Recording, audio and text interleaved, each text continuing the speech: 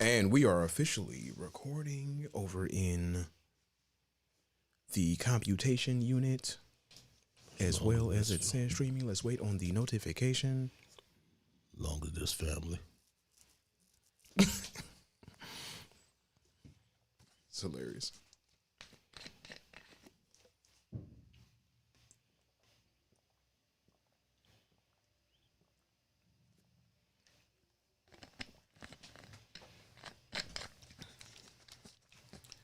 Enjoy an unsponsored fruit beverage drink today. All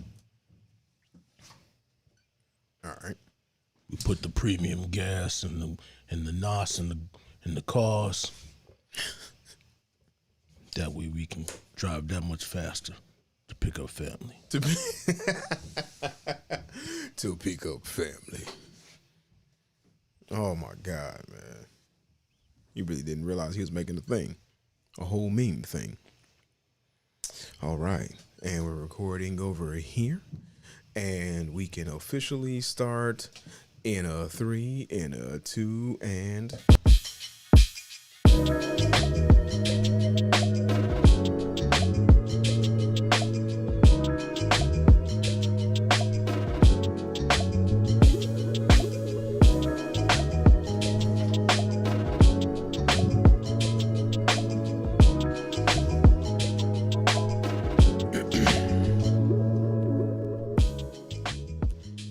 What up, though, my G's? Y'all should know what it is. It is BKA Watts, one half of the Blerds and Clips podcast, right here on the Pro 3 ENT network. As always, delivering you a flawless, repetitious intro, sitting next to my partner in crime. You know, the reason why I love Olive Garden so much is because when I'm there, I'm family.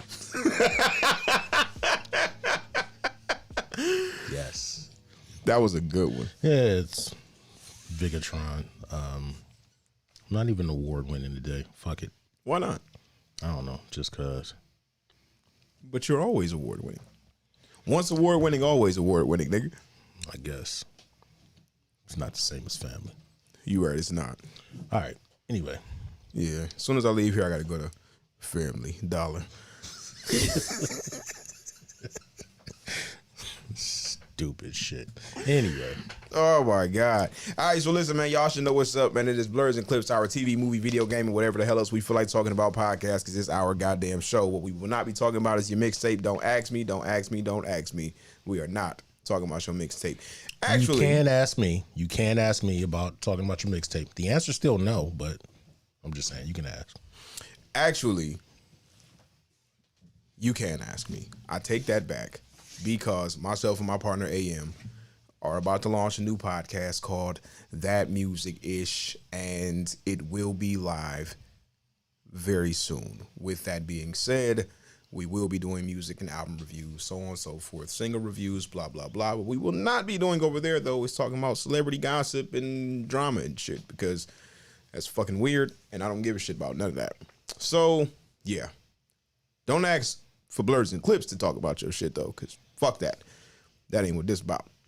Otherwise, we're going to go ahead and roll into some of these subjects because there are a few things that happened this week. A couple shits came out, a little bit of news. You know, I got my box office nerd shit that I've been checking in with, tapping in every fucking second that I possibly could so I can get an idea. And fortunately, since we had some stuff going on yesterday, we're recording today, we able to get a pretty good idea of what the weekend box office is going to look like. So there's some exciting shit there. Of course, we got Marvel coming back, punching y'all in the mouth with the Shang-Chi. And a few other things have happened. So, of course, first I'm going to ask, as always, how was your week, my nigga? I spent the week with family. I don't know why I didn't see that dumbass shit coming. Because stop asking me about my week, nigga. Come on, Nobody man. cares. You tell the people. Hey, it's The people Bobby don't care. Frostbite. The people, fuck the people. You know, it was always one of my favorite shits from Bob. I'm gonna get you, sucker. He'd be like, yeah, what about the people, man? The people, fuck the people. And he had to stop himself. That's very subtly one of my favorite lines from that movie. Because yeah, fuck the people. Fuck the people. But not family. But not. Never family. So what? Your brother ain't come back from nowhere and try to kill you this week or no shit? No. Your long lost brother you didn't know nothing about or didn't tell anybody about? No. I didn't have any of those things occur. My brother did come in town, super random. He came to town and I ain't seen his ass. So my brother is a rapper, oddly enough. So, but he old harmonizing, hummy, singy ass rapper too. So he's an artist and shit. So he came here and shooting videos and shit like that. So I didn't see him. I think the nigga left already. But yeah. This week, just watched some shit. Took my ass to the theater. Definitely made sure I went and did that. That was cool. Caught up on some shit on streaming, and otherwise, the baby started school this week, so it was like, oh, get out. So I was enjoying a little bit of peace and playing catch up. So just trying to get back active and into the swing of things for real. How about we keep it at, unless I tell you that a future version of me came back in time to stop me from doing some shit to change the course of the week, nigga, don't ask me about my week. That will be the only thing that will top everything. Fine. Just fine. You know what I'm saying? I mean, you might have wanted to talk about yesterday.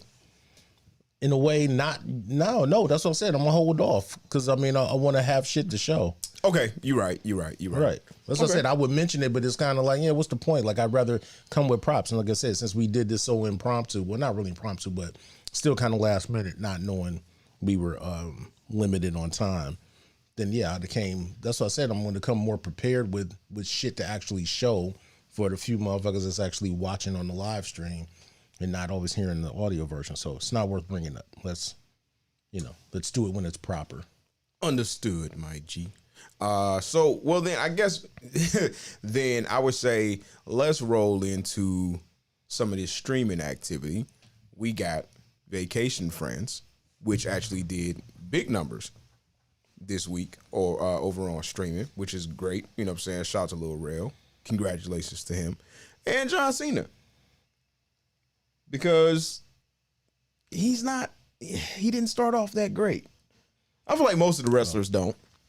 Oh, you're talking about just period of him being in movies and shit. Yeah. Yeah, well, I mean, I never watched him wrestle either, so I didn't have an affinity for him. But yeah, I definitely I'm cool with him in the film front. Yeah, I think he was in the Daddy's Home joint. That was cool with Will Ferrell and Mark Wahlberg. Oh, I barely remember that. Right. And then like the sequel, John Cena came in, which was pretty funny. Yeah, I don't really remember that shit at all. I watched it one time. Not that I had a problem with those movies, but I don't really remember him in it. But now that you mentioned it, I forgot that was kind of a thing. But all I thought of was just Mel Gibson being sort of the antagonist in that one. I don't remember John Cena yeah, because all. remember it was a situation where it was like Will Ferrell was like the super soft, super friendly, super sensitive. Right. Mark Wahlberg was like the rough and tough. You know what I'm saying? Like the cool dad with the motorcycle and the leather jacket and shit. Right. And then John Cena was like even worse than him. Like, so he pulled up at the end of the movie and was like, oh, okay. Yeah, so whatever. Like, so that was cool, but it was minor. And then from there we got, he's been quite a few joints at this point, but that's what I'm saying. I only think of him from Trainwreck and then everything that he started getting more sort of starring, bigger supporting roles in. So I don't. Yeah, like I said, I don't remember that shit at all. For sure. Then obviously we got him in Suicide Squad. Wasn't he in one of the fucking Fast movies? The Suicide Squad. Yeah, the family. The fucking Suicide Squad. But this was good though. This had I feel like the Suicide Squad in both this had a lot of him, a lot of screen time, a lot of shit to do. Yeah, I mean, well, he was definitively a co-star. He was second billing with Lil Rel, so right. It was definitely his movie. Because the wife, she's. I can't tell you the name of either one of the wives. That's what I'm saying. That's what I'm saying. Yeah. So Lil Rel's wife is newish, at least. I'll say that because I don't remember. I don't know her. I think that might have actually been her first movie or something. I don't know. No, I know the wife, John Cena's wife in that shit, she's no- like brand spanking new. But she was swear solid. I've seen her in something else before, but I don't know. Maybe I'll have to verify that because I liked her a lot. I'm swearing somebody was practically brand new that I didn't expect to be really, really, really brand new. Well, no, okay. So the black wife, Ebony, she's been in a few things. She was. Yeah, that's why I said she's an Insecure, so that's why I don't. Okay, know so her. that's why I said she's new-ish. Yeah, to the movie side of shit. But Yeah. but like I said, John Cena's wife is super new. and she was in Night School, which I don't remember shit about. And The Kevin Hart movie? yep. Yeah, no. I'm good. So yeah, she's been mostly TV, and like I said, 33 episodes of Insecure, and then so yeah, as far as film, yeah, this is like one of her few first films. But John Cena's wife though, I could have swore I know her from. She might be newer, but I feel like I know her from something else. Like I've seen some stuff. No, she's got 42 under her belt. So, what do I know her for? Oh, Palm Springs, because I watched Palm Springs. You didn't yet. Okay, yeah. Yeah, so Palm Springs was one of the newer shit. She was in Brightburn. Oh shit, for real? Yep. Apparently. That shit just didn't do well. But definitely, like I said, since I saw Palm Springs more recently, I don't know if we only talked about Palm Springs off camera or if I actually brought it up on the show. I don't think I brought it up on the show. No, it was off camera. Right. But yeah, So like she doesn't have anything major though. not really, because I mean she's got a whole bunch of other shows and everything that I'm seeing her here on, but not nothing major that I can think of. What is her name? Meredith White Lady. Yeah, pretty much. So yeah, congratulations to Meredith White Lady on your Meredith Hagner. or to the whole cast on a pretty successful outing. That joint, I laughed quite a bit. Here's what's funny. Now that we bring this up, guess who she's married to? Wyatt Russell. Really? Yep. You know what? I did see that. Yep. So Yes. So good old U.S. agent, right. who I have a Funko Pop for across the room. Yeah, and I saw they actually had because I get the Marvel Legends figures, and they actually had a good deal of wall of the Falcon and Winter Soldier shit, and but I didn't like the way the figure looked, so I just didn't get it. Because I mean, I actually get a lot of Captain America related shit, which is weird because I'm not really a Captain America fan, but I've always liked the design. In some ways. So yeah, and I looked at it, it was a little bit too plain. I didn't get it. Plus, they didn't even give him a shield. It didn't even come with a shield. Oh no, that's why. And they give so many other characters shields. Like they could have put a fucking shield in that bitch, even if I don't understand why they didn't do that. But yeah, so I didn't get one. But yeah. Well, did he have one in the end? Even if, it doesn't matter because I'm they just gave asking, him I'm just the thinking. shield at the beginning of the series, and even if they would have gave him his bullshit version, right, it would have been better than nothing. Like you put fucking accessories in all these figures, and you don't give U.S. Agent a shield. Like what the fuck kind of shit is that? No, I don't disagree. Yeah, he definitely could have had the bullshit rickety one. That would have been dope. That actually would have been dope. It's still all the same plastic. Like Hasbro was being cheap as fucking in that regard. So it be happening, man. Right. So yeah, what did you think of the movie? I liked it enough. Like it didn't really stick with me, but I mean it was consistently funny throughout in some ways where I didn't really have any complaints. It was another one of those movies where, as much as we try to not make it racial, but we live in America, it was one of those you could swap out Lil Rel and his fiance with anyone and it would still be the same shit, which is what I like, because that's what the whole thing of motherfuckers always talking about, representation, and not really understanding what that means in the sense of like everything doesn't have to be tailor-made to whatever your race is. It could just be the story, and it just happens to be some black people are the main focus of the story, and it worked in that vein. For sure. I think my biggest criticism with the movie was actually Lil Rel, because through the course of this joint, so like when I think, I mean, he had a very, very small role in Judas and the Black Messiah, but like he was there. When I think about him in Get Out, When I think about him in a bunch of shit that I've seen him in, Lil Rel is Lil Rel. You know what I mean? Like he has his own thing why we like him and why we think he's funny. In this, I felt like Lil Rel was doing a Kevin Hart. I don't know so much if I feel like he was doing a Kevin Hart, but I mean, he was playing the straight man as he was supposed to. And he was playing, to me, since the movie is so formulaic based on the idea and the principle of what that movie is, you already know what's going to happen. He was playing that typical role that, again, anybody could have been in. So he wasn't really given Lil Rel time, which I don't know was completely necessary. Right. And just being part of that cast and part of that ensemble to do what they needed to do. I didn't have a problem with it because of the fact that he wasn't trying to overdo it. But I mean, a lot of times with Kevin Hart, that is Kevin Hart's thing. He's not really being the funny guy per se. He's being the straight man that gets put into situations where he's then reacting to it. So I understand what you're saying, but I'm not really putting that on him and saying there was some loss there. It was just more like, no, he's playing the typical of that, our typical character. Understood. And that's and yeah, you're very much correct, because anybody could have done it and quite possibly would have potentially played it the same way, and it would have felt like that. But since we see Kevin Hart do that shit so much, it feels like a Kevin Hart thing. It felt very much like that though, and it was just like, why?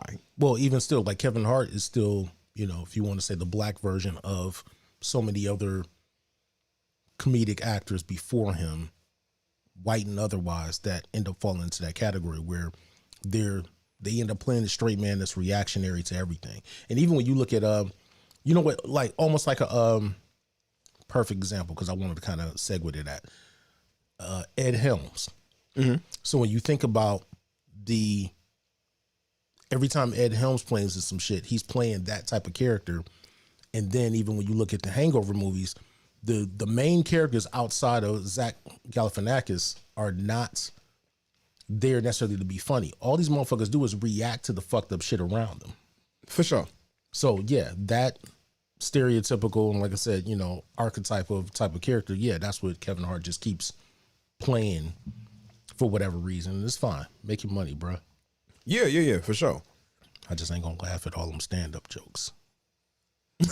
But that's neither here nor there. But I've never been a fan of Kevin Hart's stand-up. Like, still do what you do.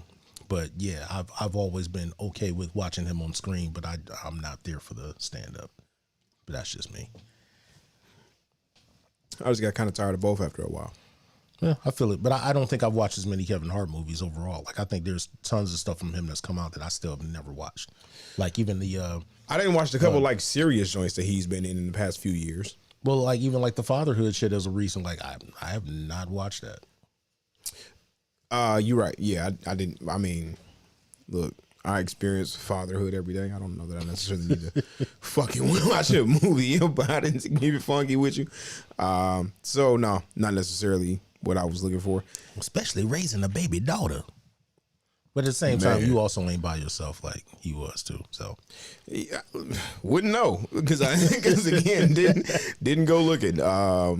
But I think I've seen the good majority of his shit. Everything starting back to Soul Plane, Paper Soldiers, bullshit joints like that. Going into shits like Get Hard and so on and so forth. I will give that nigga credit.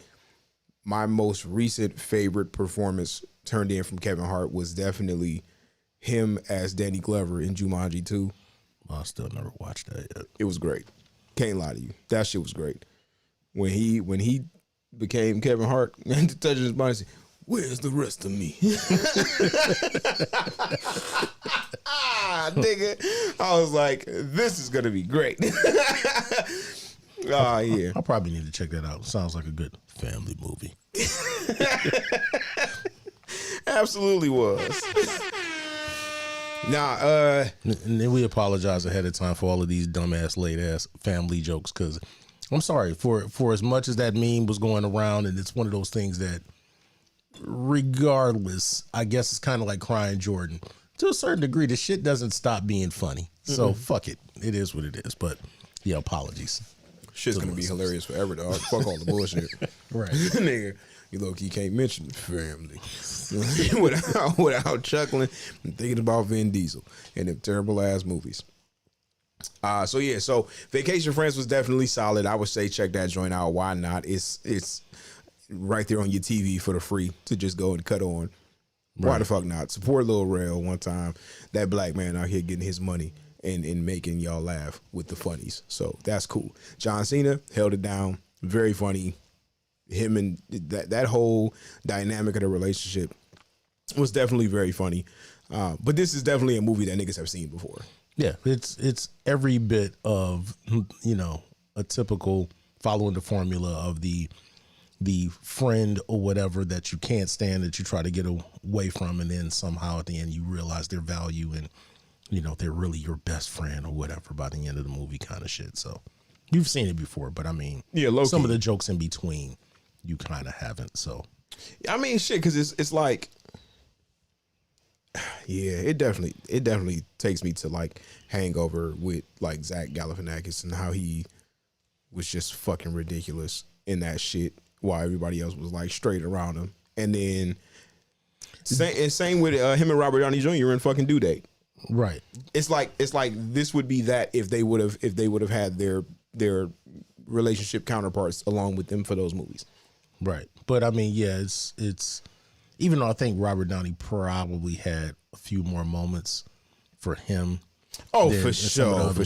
Yeah, because his fucking, he's different. His sarcasm and all that shit works on certain levels. But it was still, like I said, very predictable in that sense. It follows the formula, because even the one thing that, for any of you that didn't watch it yet, I'm not going to spoil it, but just to you, I saw it coming in regard to the leap of faith, we'll call it. For sure. And knowing how that was going to affect things later. I didn't. As soon as, when I thought about it, I was like, what's the catch going to be? And I was like, of course, it's going to be this thing of when they first showed up to the wedding. And I was like, okay, so this is going to happen and he's going to figure this. But I'm like, it's probably not going to be the case. But it was like, oh, when they had the whole discussion about protect or unprotect, and I'm like, that's what's going to kick it in. But that was the part that I didn't get. I knew where they were going with it, and I knew he was going to be wrong. Right, and I knew that. But when I thought about it, I was like, how? And then I was like, oh, it's that, because he told him to do the shit that he was thinking of not doing. And I was like, for sure, that made everything right. So anyway, yeah. But watch, like I said, you ain't doing shit else. You want to laugh. Watch that shit. Listen, I fucking laughed, and people, I saw a couple people on Facebook and shit like that, like, man, y'all hyping this movie up. And I was like, nigga, it was funny. Like, nobody said that it was, I don't know, what's super funny for real. I don't know. Nobody said it was fucking Coming to America. Oh, goddamn. We can't spare a moment without fucking beating that dead horse, because I was just about to say, y'all niggas like Coming to America. But you already beat me to the punch. Fuck it. Yep, there we go. You know what? You're right. These motherfuckers did like Coming to America. They enjoyed it. I was like, man, this is hilarious. It's almost good as the first. You motherfucker. That's you such an mother. Move this man. That was for you, Eddie. Yeah, just as good as the first one. What was y'all expecting? Something good? Right.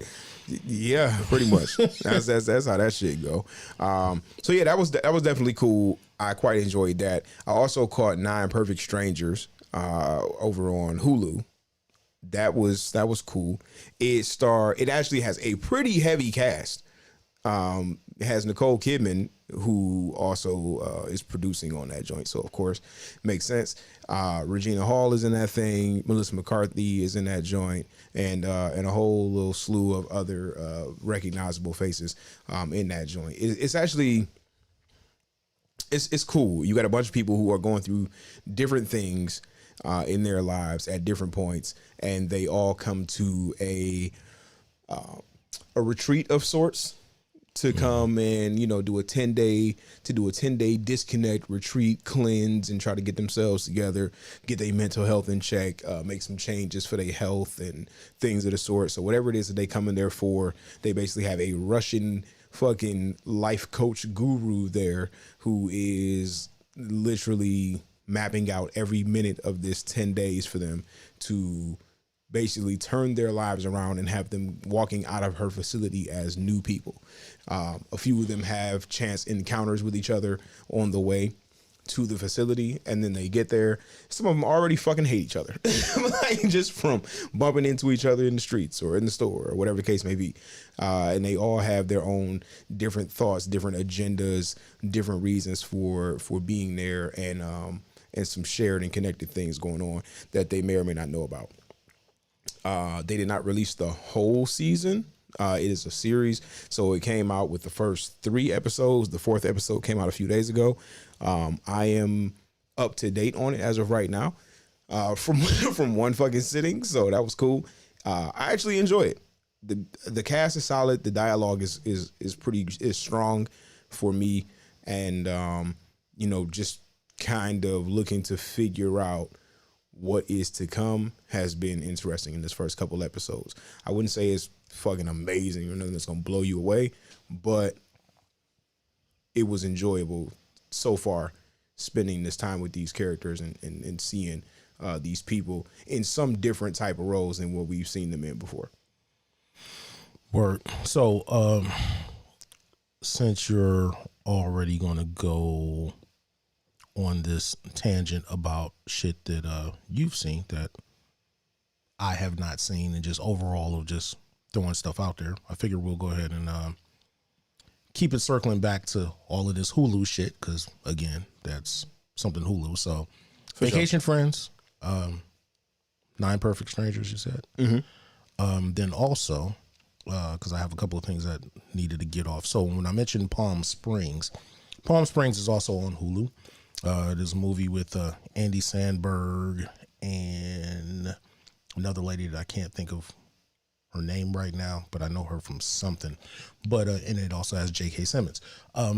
This is something you should also check out. It actually was critically praised a bit. Didn't know anything about it, but it's something different. I mean, if you like movies that basically follow some of that formula of the Groundhog Day thing, where it's basically being in the time paradox and trying to get everything right. This is kind of just like that, except for the fact that, the premise is a little bit different.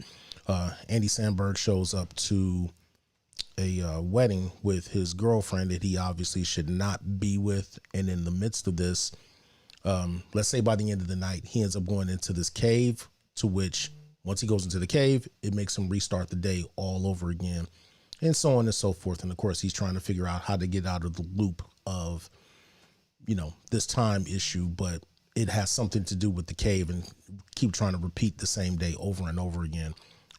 It's pretty clever, at least in that sense, since it's a little bit different about, the catalyst for it, but it's also very funny. Like I said, it's kind of underrated, or obviously like under the radar. So that's another one. Also, Barb and Star Go to Vista Del Mar with Kristen Wiig and what's her name? I'm actually going to do the right thing and say her name. Annie Momolo, who she also wrote Bridesmaids with. They play like these almost atypical, almost like 80s like ladies, or like 80s, early 90s housewife kind of women, but they're not actually housewives. They're actually single as fuck. And they end up going to Vista Del Mar, which is a resort. And in that resort, they end up getting caught up in a whole bunch of intrigue and espionage that they're not fully aware of, like with spies and all that kind of shit. It's kind of like an over-the-top comedy in some ways. Like, it seems subtle, and then they do shit where you just really don't expect it. But I would definitely say if you liked Bridesmaids and you like the writing on that, it's pretty on par with that in certain ways. It's not as funny as Bridesmaids, but I mean, it definitely is something different there with it. And like, they really take it there with a lot of what's going on. So there's a lot of things that are not atypical in a comedy that you would expect from a movie like this, where they kind of throw you curveballs every now and then, and the shit's kind of silly. So it's almost, now that I thought about it, it's almost like watching a Will Ferrell, Adam McKay directed movie, where it's kind of like that, and then every now and then they throw some shit at you where you like, yo, this is silly as fuck, so you remember that for whatever reason. It's more in that vein. Got you. Did either of them? I mean, spoilers, but do either of them die by the end? Nah. Oh, perfect. So then the next one they can go to Marina Del Rey. No, they definitely didn't die. Like I said, it's one of those things where it follows that thing of like two best friends that kind of get separated. You know, they end up going through their thing over like they're mad at each other, but you think it's going to go one way, how it normally goes, but it doesn't even go that way. And it's like it's squashed real early on, but it's a lot of things that you'll see coming that you swear up and down. It's like, nah, she's not going to do that. And then they end up doing shit. And you're like, all right. That's where it gets props for it. It doesn't follow the complete formula of that shit. Like I said, it's there to kind of throw you curveballs. But yeah, check that shit out as well. Hey, hold on, wait. That was a callback to like one of our first episodes. In what way? Remember? And I ask, what ball isn't curved? I don't. You know what? And what's funny is, being that, you know, we have newer listeners, to which I'm not going to mention by name, but she'll know. But I get called out about this shit all the time as she's been listening to episodes, and she's like, "Yeah, you don't remember where you said such and such." Nigga, no. Not at all. Like again, like how many times do you recall asking somebody the next day or some shit, a conversation that they had with their friend the day before, like, remember when you said such a nigga? No, why would I remember that? Yeah, nah. like, oh man, it was funny as fuck. I said, yeah, damn, what the fuck did I say?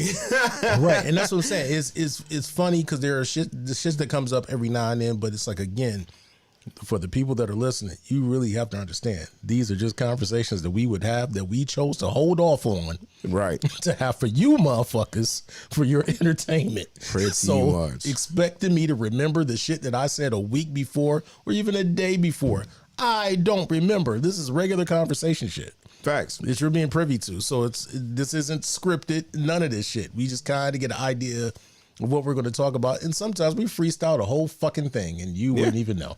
Cause we're that good. Cause we do this. Right. So yeah, I think that's all I got for the Hulu shit. But then outside of that, I was gonna say there were a couple other things that from other streaming services that I still never brought up, and it's been sitting here for a minute. So for HBO Max, No Sudden Move, which I'm sure at this point you didn't watch either. No, I ain't heard of it. No Sudden Move is that it's the Steven Soderbergh movie with Don Cheadle and Benicio del Toro and John Hamm and David Harbour. Okay, so I need to go check that joint out. Yeah, it's a movie or a show. Oh, it's a movie. Okay. It basically is one of those things of where they it's like set in the 60s. It's either the 50s or the 60s, but basically Don Cheadle just gets out of prison, and he ends up getting asked to do another job by somebody, and basically, in Kieran Culkin. So Don Cheadle, Kieran Culkin, and Benicio get asked to do a job by, somebody that's upper, and in the midst of this, some shit kind of goes wrong. I won't really get into detail with it, but yeah, it's one of those flicks of like, it's crime drama shit that definitely has a interesting twist within it, and of course the acting is top notch. So, and plus it's like, if you know Steven Soderbergh shit, I mean, you kind of know what you're getting into. So yeah, you should check that out as well. It's pretty hardcore. Let's see what else. I think that's all I got that's really, really worth bringing up at this point. I'm trying to think. I feel like there's something else that I know we are supposed to cover, which would be... You mean outside of What If and Shang-Chi, right? I was about to say What If. Well, I know that. I figured we were getting to all the Marvel shit, because that's kind of a given. Yeah, no, for sure. DJ Reg P, what up, my G? Rose Gold Sparkles, I appreciate you. You know what I'm saying? Cheered us up with some of them bits one time. Hey, out here in these streets. You a real one. Yeah, so... Triangles, we throwing up the Illuminati. Oh, yeah. You know what I'm saying? Open your... It's the naughty.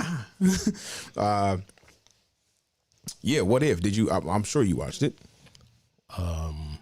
Luckily for you, I guess I did, but it took me until maybe Friday to watch it. I did. I can say that I'm not super hyped to watch these joints. I'm watching them, and I'm not necessarily not enjoying them, but I'm not necessarily blown the fuck away. Well, I think we kind of mentioned that before too. We were saying like, yeah, we're not going out of our way. This ain't like stay up until 3 a.m. shit to watch like the other show. So, nah. So I mean, yeah, I watched it. I mean, it was cool. I mean, as far as it's exactly still again what if needs to be. It's just throw me some stories or some altered situations, something I haven't necessarily seen before, or just give me a small take on it.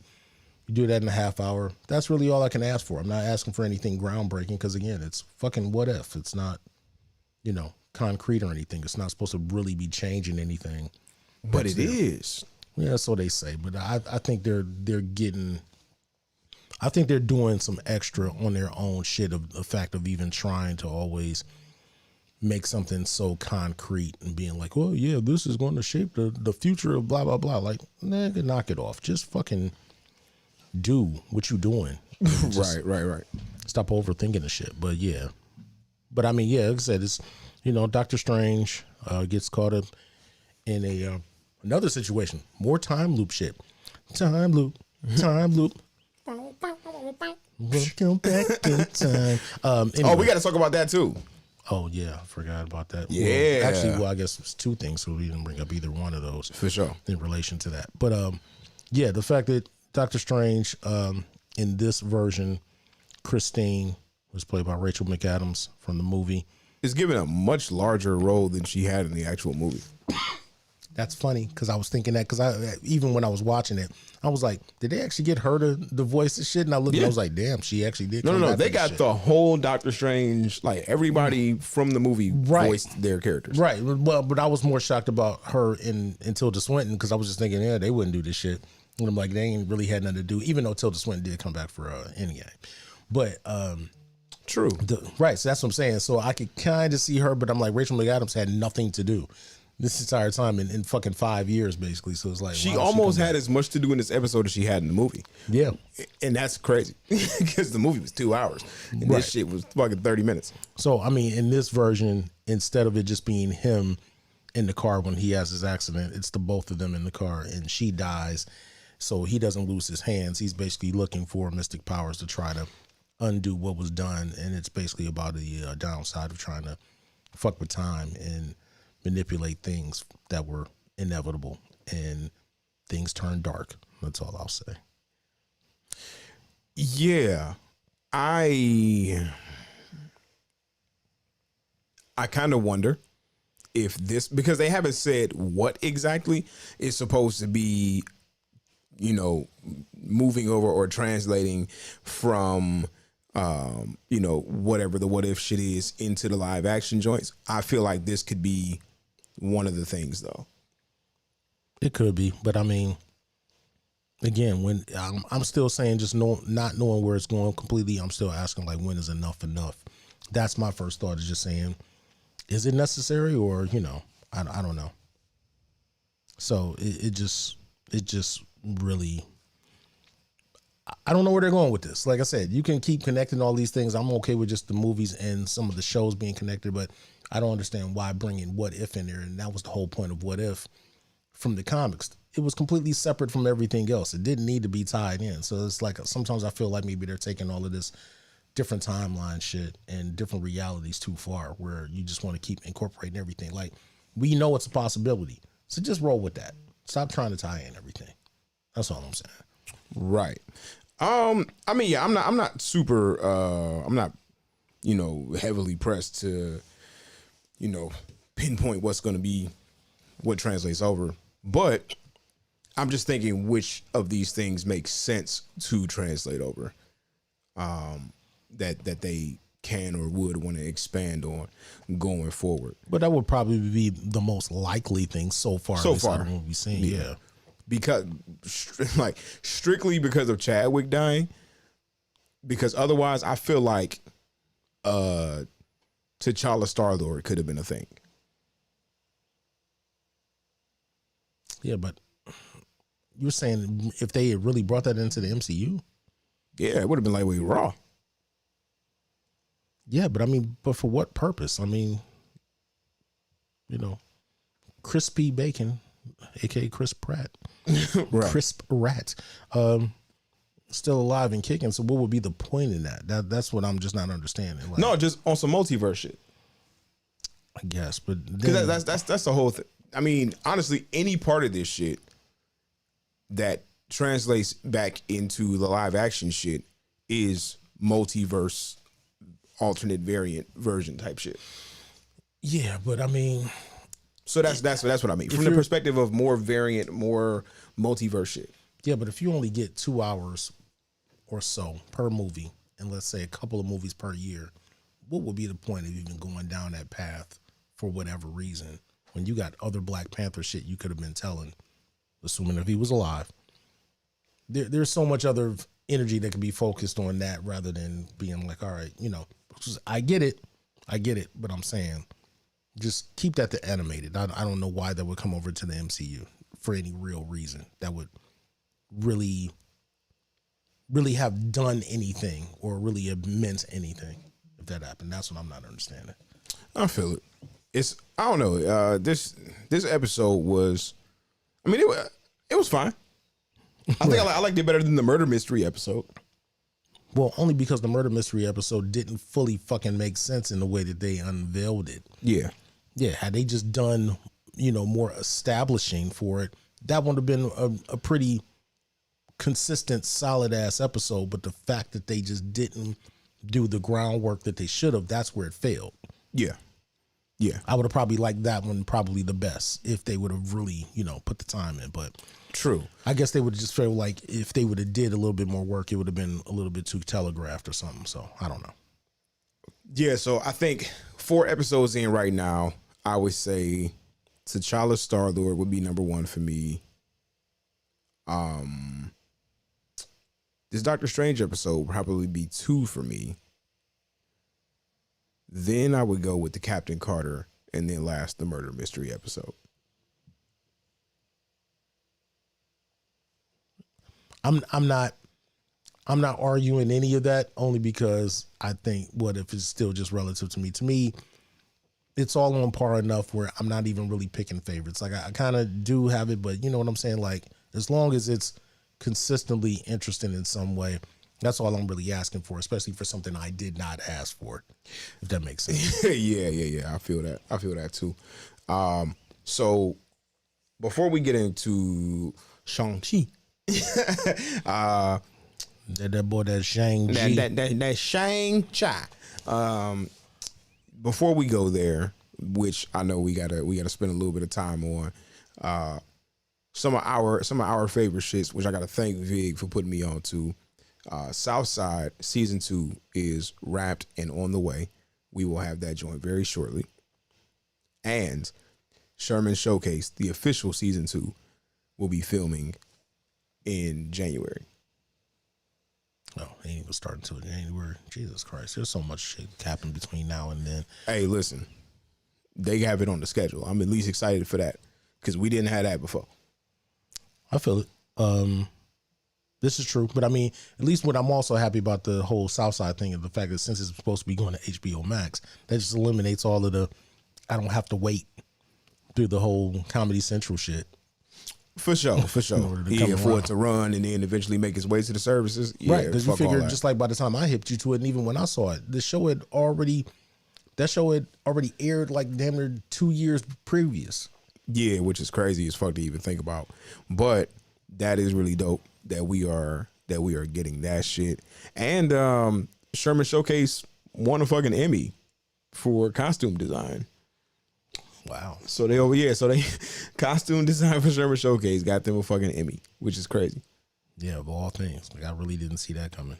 But yeah, so big fucking shout outs to goddamn Bashir Salahuddin and Diallo Riddle. Absolutely. And yeah, these motherfuckers put in work. And also to Fontigalo himself. Fonte said that he is Tigalo. You know what it is. He is coming back to do the music, to direct music for season 2. So I'm fucking hype. Right. Because the music The music is as much the star as anything else in that show. Facts. So more fucking unsolicited. shenanigans and bullshit from Fonte is amazing. So obviously, since I took a couple of days off, not that you would know this, but yeah, all this fucking week, guess who's been singing? Everybody is balling. I have no fucking idea why. I have not watched this shit or nothing. And for some reason, I've been singing it all goddamn week when I've been at work. For sure. And just around the house in general. So this is the thing. Last night when I was on my way home from Coventry grabbing tacos so I could go see the Shang-Chi for the second time, I cut that shit on and repeated it and played it like 7 or 8 times before I got home. Wow. Pulled up in the driveway, windows down, volume max. Talking about, oh, ballin'.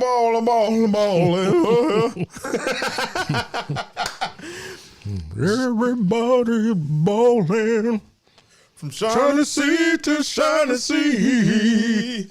Woo! Well, you know what I think? I think the thing was triggering me with that. I think it had to be me on social media just looking, and it was just triggering me in that whole shit of like, yeah, everybody only shows their highlights and not, which is great, not the fuck ups. And then that's what just kind of had me like, yep, everybody's balling because like, hey, you can't tell nobody nothing on these social medias. Like, Jesus Christ, it's all good. Yep, we all out here on vacation.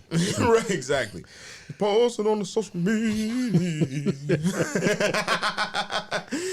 J Stu, what up, Mike G? What's poppin', man? Appreciate you tapping in. Yes, man, listen, remember, people, you can tap in with us live. We are on Twitch typically every Saturday. Yesterday, because of some obligations and some maneuvers that had to be made, we had to call an audible. We're recording on Sunday, but typically Saturdays, you can catch us live on Twitch, Facebook, and YouTube. But we prefer you go ahead and rock with us over here on that Twitch, though, player, because if you are an Amazon Prime subscriber, you also can subscribe to our show at no cost to you. And with that being said, it would still pay and support the gang, which we appreciate. You know, tap in with your boys. And that way you can also communicate with us in the chat, talk to us about your opinions and thoughts on the subjects as well. You know, and who doesn't want to do that? Or you can just wait and catch us live, typically on Sunday, hitting all the social or streaming platforms where you get podcasts fed into your ear portal. What the fuck? I just thought about that. You said so the gang could get paid, nigga. Can I see accountant? I'm just asking for accountant. That's all the fuck I'm asking for. Like, why is that so hard to get accountant in this bitch? Nigga, that's what I want to know. I'm definitely about to replace one of these joints with you are in breach of contract and you are fired.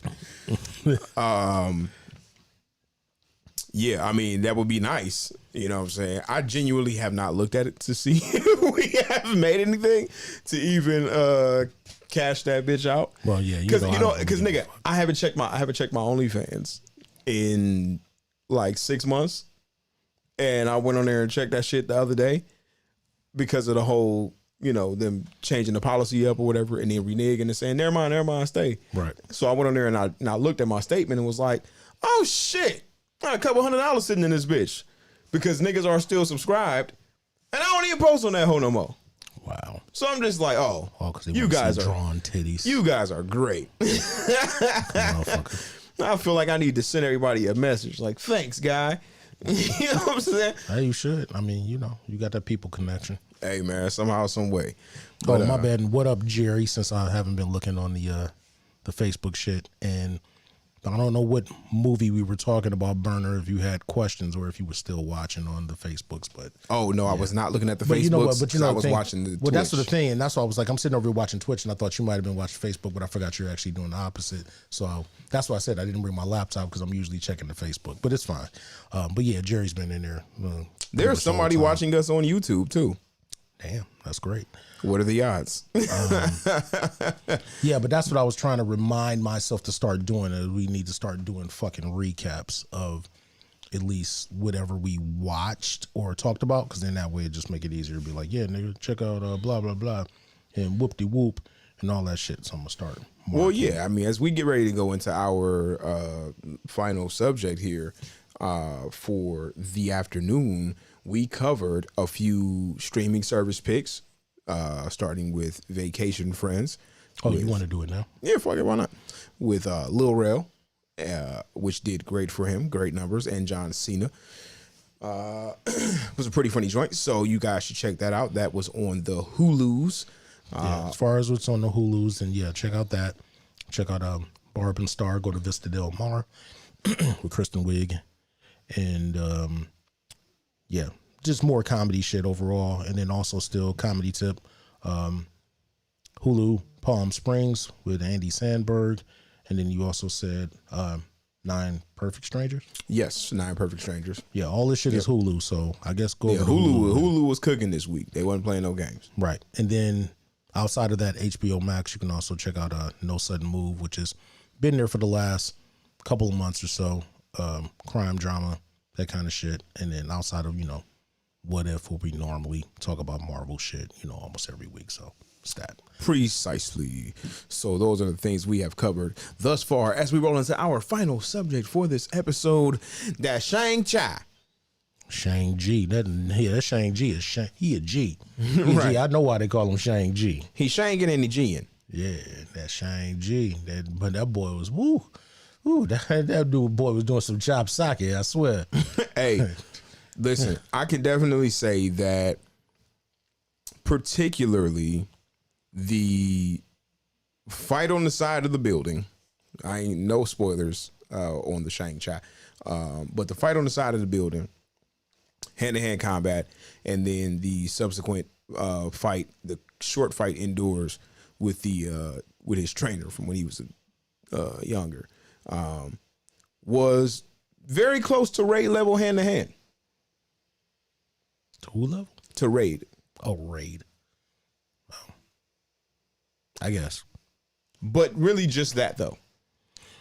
I can't say that the rest of the hand-to-hand in the movie was necessarily that level, but and the first fight.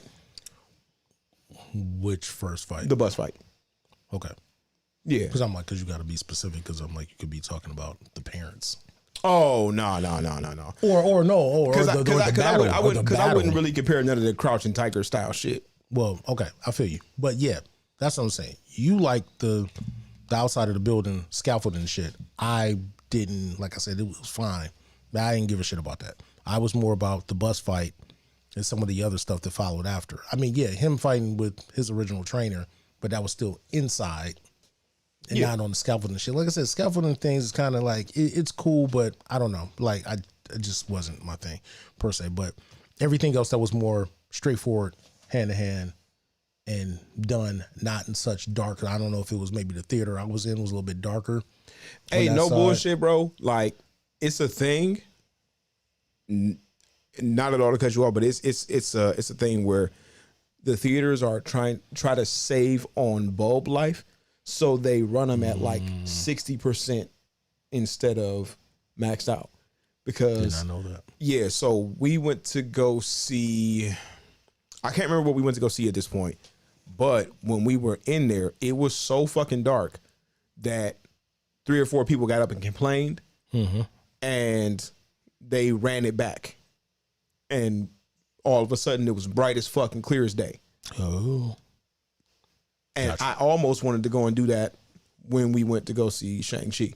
I was lightweight frustrated because, like, it was that and a few of the other scenes were dark as shit. And I'm like, I know that this is not how this shit looked. Well, I felt like I had on 3D glasses. It was the only issue I had was just nothing more than the stuff on the side of the building. That was it. Everything else was perfectly fine for me. And I mean, my eyesight ain't even quite what it used to be. But I was totally cool with everything else. I could see everything perfectly fine. But yeah, I definitely like bus scene a lot better than that. I don't know. Like I said, it's just even, I guess still, like I said, me seeing whatever they showed in the trailer was still a lot better when I actually saw the full scene, because I didn't give a shit about the way it looked in the trailer, but it was way Right. more impressive actually seeing all of the stuff that they didn't show in the trailer. What up, Pineapple Chris? So yeah, but overall, okay. So the point is, people, Shang-Chi, aka Sean, is Americanized as Were they actually Chinese? I guess they were Chinese, right? Yeah. So him kicking it with his best friend, who I can't remember, we just gonna say Aquafina. Katie. Oh, Katie. Yeah, I don't remember that shit. Well, I just saw it last night. So. Well, I guess that helps. I ain't seen it since Thursday. So anyway, like, yeah, you know. Well, I wasn't about to go super racist, but I mean, see, sometimes. No, nigga, listen, because I was in the theater struggling. I ain't gonna lie to you, man. I really nigga, no bullshit, because this is where it finally become different. You know what I'm saying? Because it was a whole thing about family, but like, nigga, at the same time though, nigga, like since they was Asian, nigga, it was family. Nigga, I was just like, please. One of these, like when he came to her house in the morning to pick her up, and they started talking kind of family shit. I was just waiting on one of them to say family, nigga, because I was going to die, nigga. Wow, family. And then right, and every time somebody did say family, it was one of the ones that spoke good English. So I was like weak. But see, he was like, did that purposely. Like, your family needs you, and I was like, that's not how they did that because they didn't want your racist ass making fun of you, saying, up in that bitch talking about lobster craws or some shit like that. So, and I'm sorry, folks, I didn't make that shit up. Lobster craw sticks with me since the days of fucking. Of goddamn Revenge of the Nerds. So blame 80s movies for the most racist ass Asian shit you could think of outside of everything from the Looney Tunes from the fucking 40s and 50s, especially during goddamn World War II. You see the worst shit of the worst shit ever in regard to Asians. So I understand it. So the same way that the niggas get all the coon shit and the bone in the nose shit, I totally get it because we have completely been fucked in both of those aspects. But man, it's hard to get rid of the instinct to be a racist dickhead, to say some funny shit when it just happens to fit. But, nowadays, y'all motherfuckers are so sensitive, you got to be like, yeah, I'm about to curb that funny until it stop streaming. You motherfuckers. Anyway, so, so Sean and Katie, two best friends, parking cars. And, actually, I should have said, backing up, the story actually starts off with Sean's father, since he's been living for quite some time due to the power of the 10 rings. And he's had many battles and conquered many things over the years. And then it goes to present date where Sean and Katie are hanging out. And then all of a sudden, a fight ensues on the bus, which a big set piece of an action piece that was actually pretty goddamn entertaining kicks off. It was. And she's like, who the fuck are you? And then it sets off and setting sail for them to head to the east, as they say, for the rest of the story to unfold, because obviously Sean's father is now looking for him and trying to figure out what's what. So Sean's now looking for his sister. So the story really revolves around, and I'll actually give him props in the sense of, obviously none of this is spoilery, but with them actually, me understanding them making a sympathetic villain in a sense. For sure. Of the fact of understanding that by the time you're like, why the fuck is this nigga such an asshole? And then I'm understanding it's like, because it kind of ended up not really being his fault, and understanding that he was just a heartbroken ass nigga that lost his wife. And then he ended up doing shit that he thought was necessary, but just ended up being a little bit too far. So in that sense, he's actually sympathetic, and you don't necessarily want to see him taken out if that's what Shang-Chi was trying to do. Like, you're like, no, he's cool. He just misses his wife and he loves his kids and he doesn't know how to handle it. Yeah, and I mean, with his backstory in the beginning, it low key, for as old as he is and the times that he lived through, right, what he was doing is what everybody was doing. Right. Because of the 10 rings, he was winning. You know what I'm saying? So it was like, he wasn't really bad necessarily. I mean, fucking King Arthur and whoever the fuck else you can name was going around conquering shit, my nigga. Like, pick your favorite figure from any point in fucking, like, old history and shit. Niggas was going around conquering other shit and building their empires. I did not understand that until you said that, my brother, because you are right. We are so trained to accept the fact of when the white man runs around to conquer, it's accepted. Exactly. But when there's any type of man of color that then defends his home or goes to conquer more worlds, we say, oh my God, it's evil. But is the white man not inherently evil? All right, I'm done. So anyway, So basically, the movie surrounding family and Chopsaki. That was racist. I should have said that. Martial arts. This movie definitively is. It seems to be doing well, especially on the front of if you're not even into MCU shit, you're not into Marvel shit, you will probably like this movie. For sure. It is a definitive. It is an Asian fantasy film in that sense with some dope ass fight choreography. And the characters and everything else are fully enjoyable in that way of if you have, like I said, if you've never seen anything, it ties into some of the other previous Marvel movies, but you do not have to have seen any of them for this to work for you, being that this is an origin film, but it is completely enjoyable. It's funny. The action's there. All of those qualities of things that you would expect them to put in a movie, they did it in this one. So it's completely enjoyable on all of those fronts. And I've had to say, just like to him, to anybody else, this is another one of those scenarios of I was completely thrown off at the fact that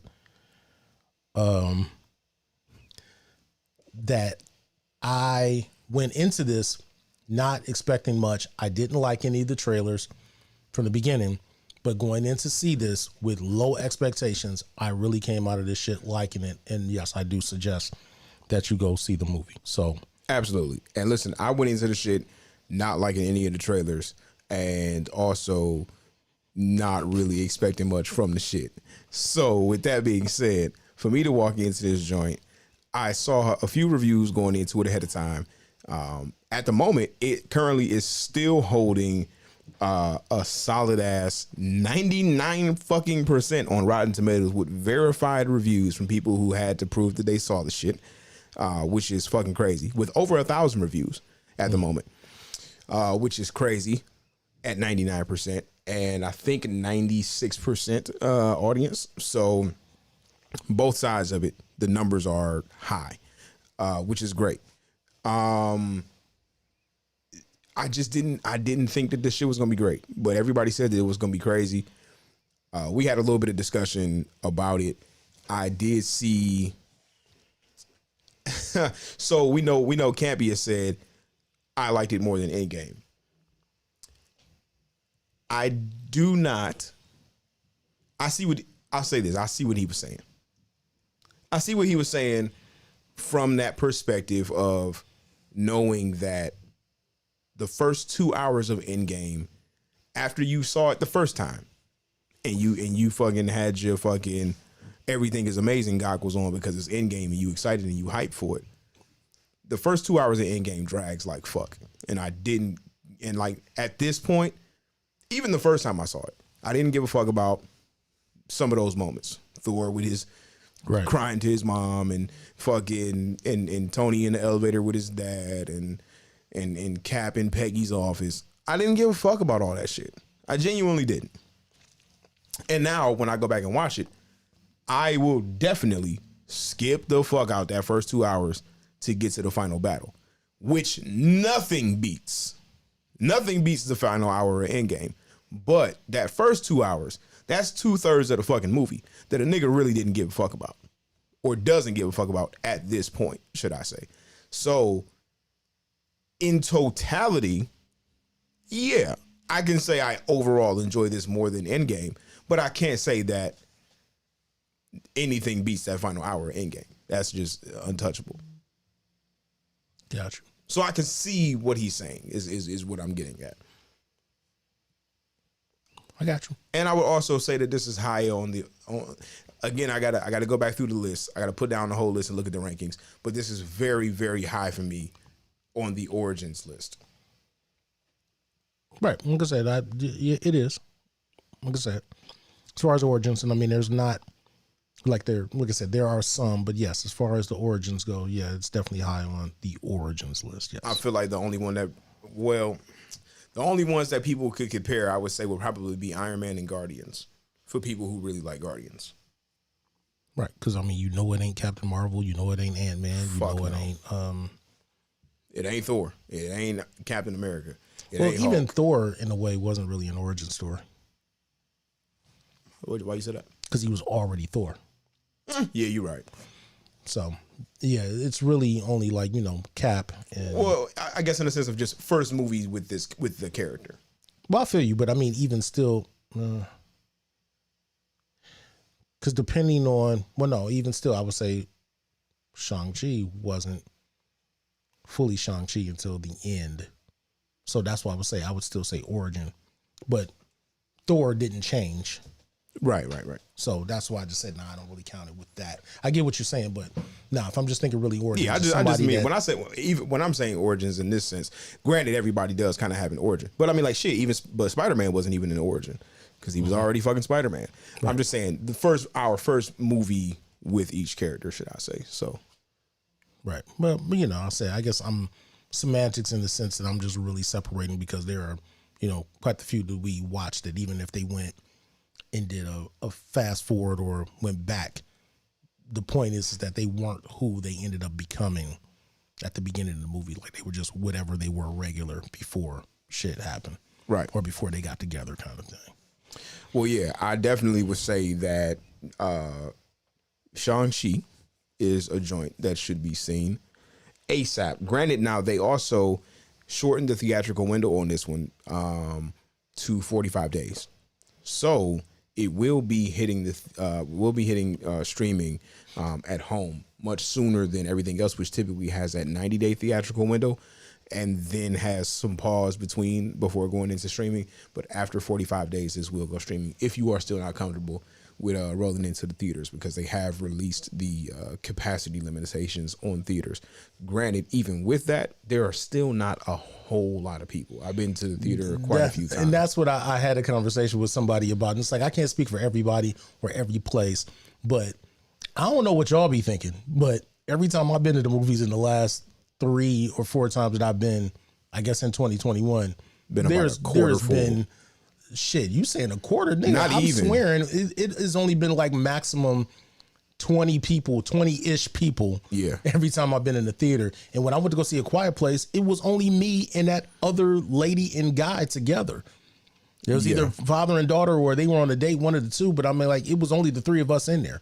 Yeah. So every other time I've been sitting, I've had, like, when I went to go see Shang-Chi, it was one other dude in my row all the way at the other end. So like I said, and I'm always got the aisle seat, so I'm sitting there at the aisle. He was all the way in the seat next to the aisle seat, so he was that far down.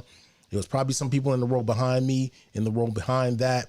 I don't think there was anybody in the row in front of me. And then, like I said, it was scattered about. So it's like, if you're thinking it's like, and all these people on top of you, like, I don't know what y'all been looking at, but when I've been going on Thursday nights for, first night viewing kind of shit, nah, them theaters have not been full. They've been perfectly fine in the capacity of ain't nobody all up on me. I'm cool. And then the thing is too, with the like particular theaters like a Willoughby, for example, and there are quite a few doing it now, but a lot of the theaters have adopted assigned seating, which I really hated the thought of at first. Because I'm like, nah, I just like to pull up, get there on time, get my seats in the middle with the middle, and, halfway up, halfway across. You know what I'm saying? I'm dead center and enjoying that. I do like thinking, oh, shit, I'm going to go see this on Thursday, and on Monday going and grabbing tickets and locking in my seat. I'm not even mad at it. I've changed my ways. So, you can see how many people are even there, or already have tickets locked in before you go in. You can choose your seats. You can particularly choose to put one seat in between you and the person that you're going with, and then just say fuck that shit and just occupy that other seat. Like nobody's necessarily. People are intentionally going in there and looking at the seat map and not getting seats next to strangers and shit. Like exactly. That's kind of dope. So it's realistically speaking, you are, by comparison, the way that shit is set up, you're around more people at the gas station, the grocery store, Family Dollar, or any of those other places than you are at the theater. And then even if you have the same amount of people in the grocery store as you have in the movie theater, like you're further away sitting in your fucking seats in a row, more than likely damn near by yourself at the theater. So if you are comfortable going, get up and go. You know what I'm saying? Give it a shot. Why the fuck not? And go see some shit. Particularly Shang-Chi. I think the most packed theater I've been in has been the Thursday night at Candyman. Had the most people that I've seen since niggas started going back after the pandemic. And I mean, what that says to me is our market is niggas. Because everything else, like Free Guy, maybe 10 people. Fucking, I mean, even Shang-Chi last night, it was only like 20 something people. Candyman might have been like 50 motherfuckers in there. Right. So, you know, whatever.